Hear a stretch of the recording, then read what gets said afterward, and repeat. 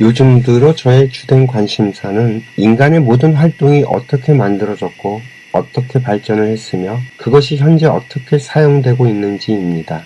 가령 음악은 어떻게 만들어졌는지, 춤은 어떻게 만들어졌는지, 그림이나 예술 작품들은 어떻게 만들어졌는지 하는 거죠.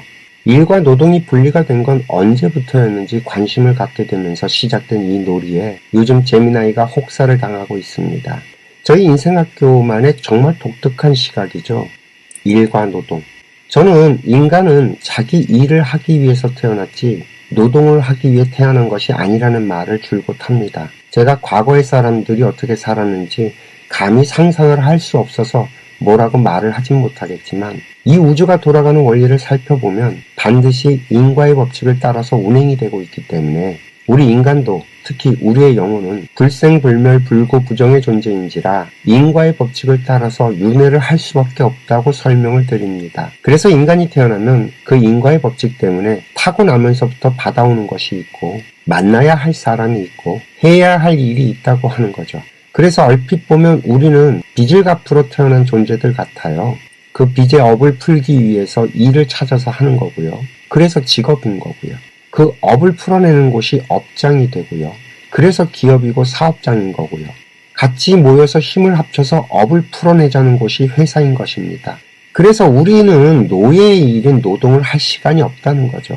과거에는 어땠는지 모르겠지만 최소한 21세기 대한민국에서 살아가는 사람들은 그저 먹고 살기 위해 일을 하는 것이 아니라 자신의 업을 풀어내기 위해 일을 해도 아무 걱정을 할 필요가 없는 환경이 만들어져 있다는 겁니다.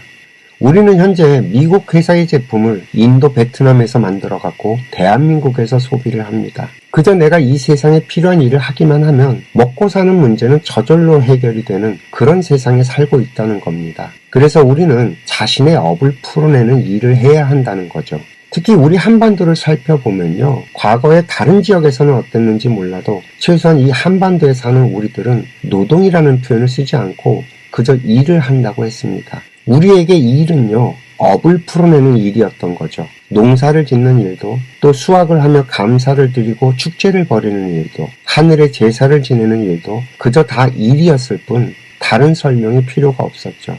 그래서 우리는 자신의 업을 풀어내면서 흥이 나면 신명이 잃었고요. 그렇게 한바탕 신명풀이를 하곤 했습니다. 이 한반도에 살던 사람들은 희한한 사람들이었던 거죠. 그렇게 신명이 잃으면 우리 몸속에 있던 영혼이 이 자연과 하나가 되면서 율려가 일어났다고 합니다. 자연의 법칙과 하나로 살던 민족이어서 그랬을까요?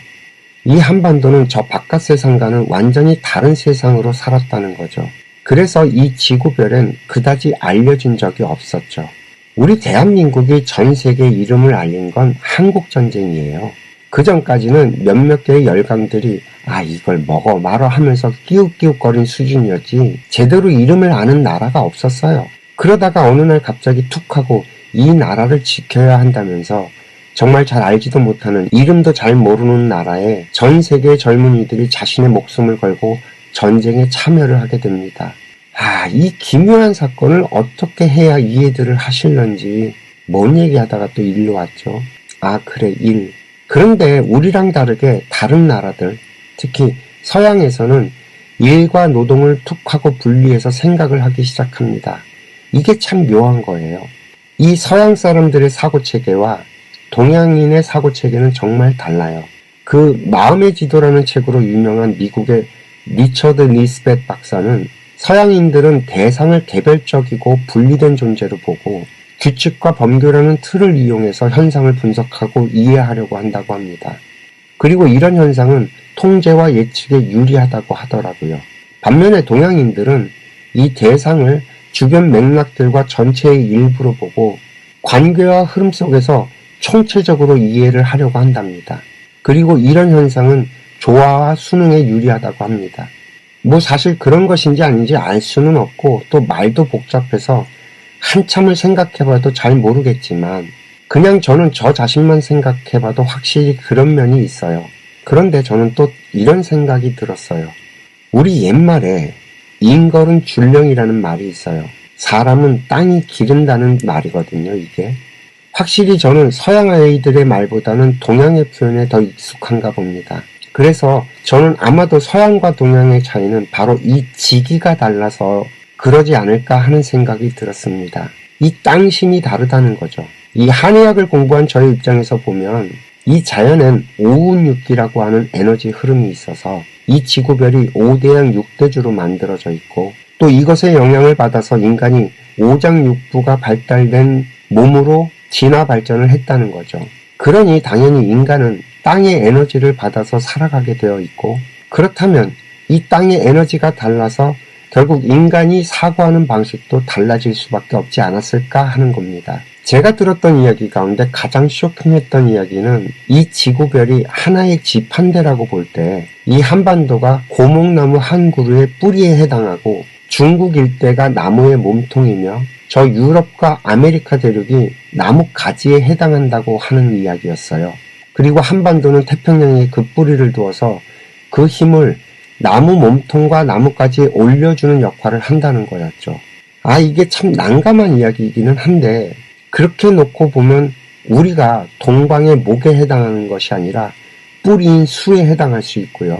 중국이 오히려 목의 기운이고 인도와 그 일대 그리고 중동까지가 토에 해당이 되고 아프리카는 화, 유럽과 아메리카 대륙은 금에 해당한다는 추론까지 가능해져서 이 서양인들의 분석적이고 논리적인 그 성격들이 그럴 수밖에 없지 않겠냐 하는 생각이 들었습니다. 좀 복잡하죠? 참 저런 놈이 참 쓸데없는 생각을 한다고 하시겠어요. 사실 이런 생각을 하게 된 게 오늘은 좀 편안하게 노는 이야기를 좀 해볼까 싶어서 서양 사람들이 유흥에 관련된 것들이 뭐가 있을까 싶어 찾아봤더니 우리들이랑은 완전히 다른 방식으로 발전을 했더라고요. 그 로마의 콜로세움의 피 튀기는 검투사 관전이라던가 중세 기사들의 마상시합 같은 게 결국엔 요즘의 스포츠 관람으로 발전을 했던 거거든요. 또 디오니소스 제전이나 궁정 무도회와 음악이 살롱 문화나 오페라 연극 공연 같은 것들로 발전을 했던 거거든요. 그러니까 서양의 유인은 대개가 수동적인 관람이에요. 반면 우리들은 제천의식이나 굿 또는 민속놀이 같은 것을 보면 오히려 능동적이고 적극적이며 이 집단과의 소통에서 신명이 있는 형태를 띈단 말이죠. 이건 우리나라의 길거리 응원 문화나 콘서트 관람만 봐도 정말 다르다는 걸 알 수 있습니다. 우리는 단순한 관람이 아닌 직접적인 참여 속에서 카타르시스를 느껴요. 그래서 도대체 왜 이런 차이가 생기는지 궁금하잖아요. 그래서 또 디깅을 시작했던 거였죠. 아마 제미나이가 엄청 스트레스를 받았을 거예요.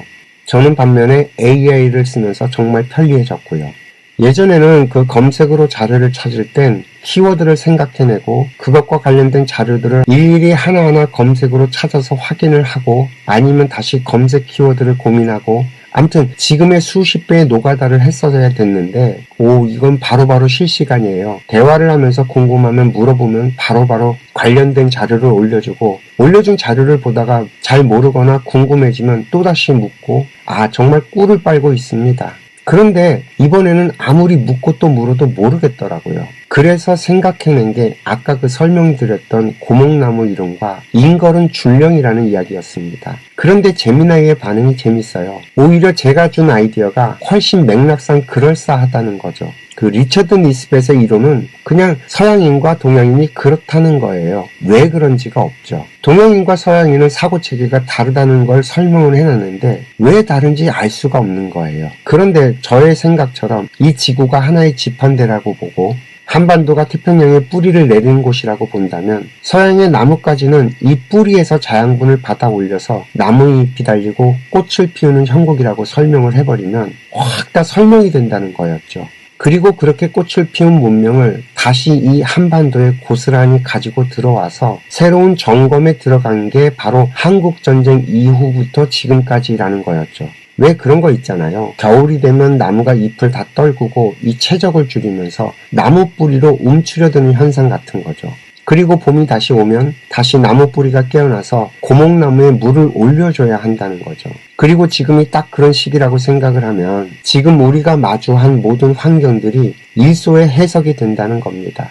이건 제 주장이 아니고요. 저는 그저 몇 가지 아이디어만 제공했을 뿐이고 제미나이의 분석이 그렇다는 거예요. 그러니 너무 황당한 헛소리라고 하지는 마세요. 이 분석은 정말 나름대로 일리가 있는 분석입니다. 그동안 한 번도 알려진 적이 없는 이 한반도에 전쟁이 일어나니까 전 세계 청년들이 찾아와서 이 나라를 살려내고 완전히 깡그리 폐허를 만들어서 전 인류가 만들어 놓은 지식과 기술과 정보들을 고스란히 받아들여야 살아남을 수 없게 만들어 놓고 그래서 전 국민이 서양 사회가 만들어 놓은 것들을 불과 몇십 년 만에 몸소 체험을 하게 만드는 이 희한한 사건은 모종의 이유가 있을 수밖에 없지 않겠냐는 거죠. 그리고 우리가 그렇게 살아본 결과 서양 사람들이 만들어 놓은 모든 것엔 모순과 빈틈이 너무 많아서 도저히 이런 식으로 살면 인류가 행복해지는 길이 없다는 결론이 나는 겁니다. 그래서 우리는 이제 새로운 방식으로 살아가는 길을 모색해서 저들에게 다시 물을 올려주듯이 알려줘야 할 때가 왔다는 거죠. 이 호모사피엔스의 10만 년의 역사를 이렇게 해석을 해버리면 지금 이 지구별에서 일어나는 한류의 열풍도 딱 아구가 맞게 이해가 된다는 거죠. 어떠세요? 좀 그럴싸한 해석 아닌가요?